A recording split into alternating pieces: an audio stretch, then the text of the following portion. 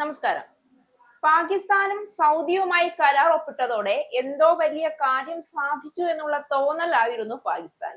ഇനി ഇന്ത്യ വായും പൂട്ടി കയ്യും കെട്ടി ഒരക്ഷരം മിണ്ടാതെ ഇരിക്കുമെന്ന് കരുതിയ പാകിസ്ഥാന്റെ നെഞ്ചത്താണ് ഇന്ത്യ ആദ്യ അടി കൊടുത്തത്.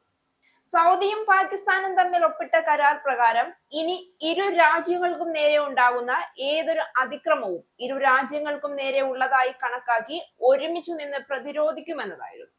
ഒപ്പിട്ട് പേന താഴെ വെച്ചതും പാകിസ്ഥാന് ഇന്ത്യയെ ഒന്ന് വെല്ലുവിളിച്ചാൽ കൊള്ളാമെന്നായി. ഇന്ത്യയുമായി സമീപകാലത്തായി അടുത്ത ബന്ധവും വ്യാപാരപരമായും മറ്റും നിലനിർത്തി വന്നിരുന്ന സൗദിയുമായി പുതിയ കരാർ സ്ഥാപിച്ചതോടെ പേടിച്ചു വിറച്ചുകൊണ്ട് ഇന്ത്യ ഇനി ഒരക്ഷരം മിണ്ടാതെ മൂലക്കിരുന്നോളുമെന്ന് കരുതിയ പാകിസ്ഥാന് കണ്ണടച്ചു തുറക്കും മുൻപ് നല്ല അസൽ പണിയാണ് ഇന്ത്യ കൊടുത്തത്. സാക്ഷാൽ ട്രംപിന് മുന്നിൽ നെഞ്ചും വിരിച്ചു നിന്ന മോദിയോടാണ് പാകിസ്ഥാന്റെ കളി. പാകിസ്ഥാനെതിരെ അതിരൂക്ഷ വിമർശനവുമായി ഐക്യരാഷ്ട്രസഭയിൽ ഇന്ത്യ തകർത്താടി എന്ന് വേണം പറയാൻ. UNHRC കൗൺസിൽ യോഗത്തിലാണ് പാകിസ്ഥാൻ സ്വന്തം ജനങ്ങളെ ബോംബിട്ട് കൊല്ലുകയാണെന്ന വിമർശനം ഇന്ത്യ ഉന്നയിച്ചത്.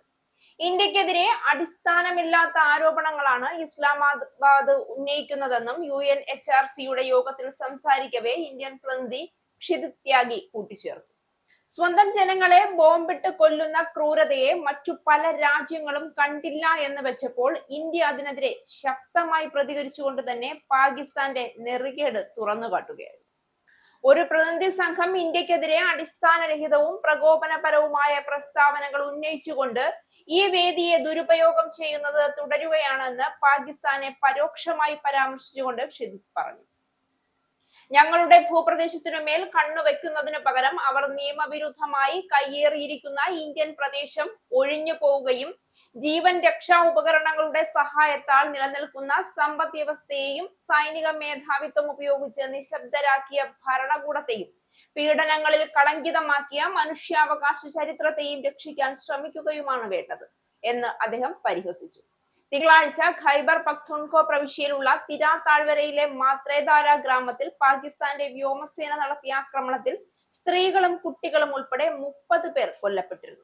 ഈ സംഭവത്തെ പരാമർശിച്ചായിരുന്നു അദ്ദേഹത്തിന്റെ പാക് വിമർശനം.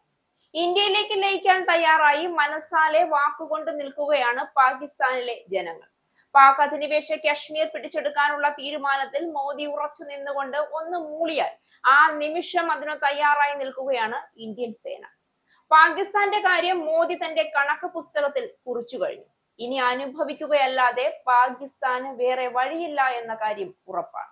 ഇസ്രായേലിന്റെ 5 സൈനിക താവളങ്ങളിൽ കനത്ത നാശനഷ്ടം. മോദി വെളിപ്പെടുത്തുന്ന ഇന്ത്യയുടെ വികസനത്തിന്റെ മയക്കുമരുന്ന് വിൽപ്പനയ്ക്കെതിരെ ശക്തമായ നടപടിയെടുത്ത് ഷാർജ പോലീസ്. അമേരിക്കയിലെ സാധാരണ മനുഷ്യരോട് കൂടിയാണ് കോൺഗ്രസിനുള്ളിൽ പങ്കുവയ്ക്കാൻ ഓപ്പറേഷൻ സിന്ദൂറിൽ ഉപയോഗിച്ച